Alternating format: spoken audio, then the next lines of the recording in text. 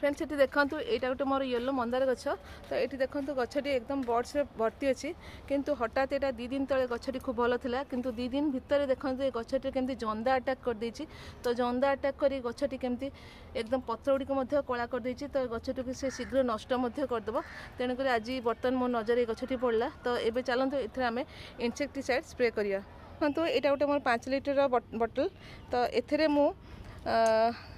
ये गोटे नहीं इनसेक्टिसाइड यहाँ हूँ मोटिवेन 505 तो यहाँ जंदा पिंपुड़ी बहुत भल मेडिसिन तो ये आम गोटे ठिपी ये आड करिया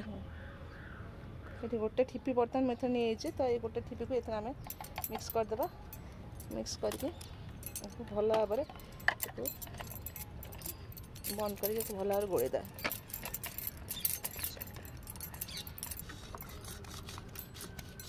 बर्तमान को टी आम प्रेसर देदेबा प्रेसर देवापर बर्तमान आम स्प्रे करिया एमती एक चारिपट जब आम स्प्रे सांग सांग न करे तो ये गछटी आमर खूब शीघ्र नष्ट करदे तो